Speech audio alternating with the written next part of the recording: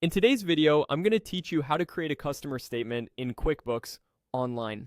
A customer statement is a simple professional summary of what a customer owes and the recent activity on their account.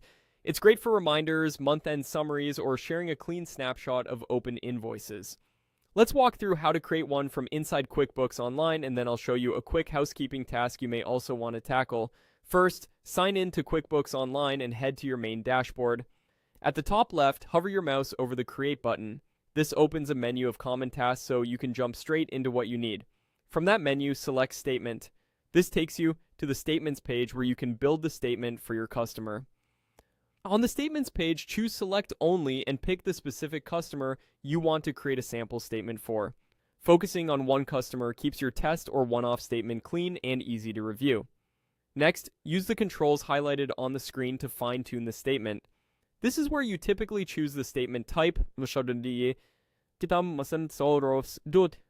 such as open item or balance forward, and set the date range.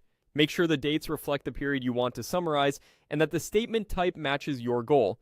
Open item for showing outstanding invoices line by line, or balance forward for a simplified running balance. Once everything looks good, click Save. Saving preserves your work so you can review, download, or send it later if needed. It's a good idea to double check the total balance and that the customer's name and address appear correctly before moving on. Now back on the QuickBooks dashboard, let's handle a quick cleanup step that often goes hand in hand with customer communications. Go to Accounting in the left navigation, then open Products and Services. If you have a product or service you no longer sell and want to prevent it from being used on new transactions, you can make it inactive. Find the item, open its action menu, and choose Make Inactive. When prompted, click Make Inactive again to proceed. You'll see a confirmation message asking if you're sure. Confirm to finalize. This doesn't delete past transactions. It simply hides the item from future use and keeps your catalog tidy. That's it. You've created a customer statement and tidied up your item list. As a quick tip, review statement dates and types before saving and keep your products and services current so your documents remain clear and consistent.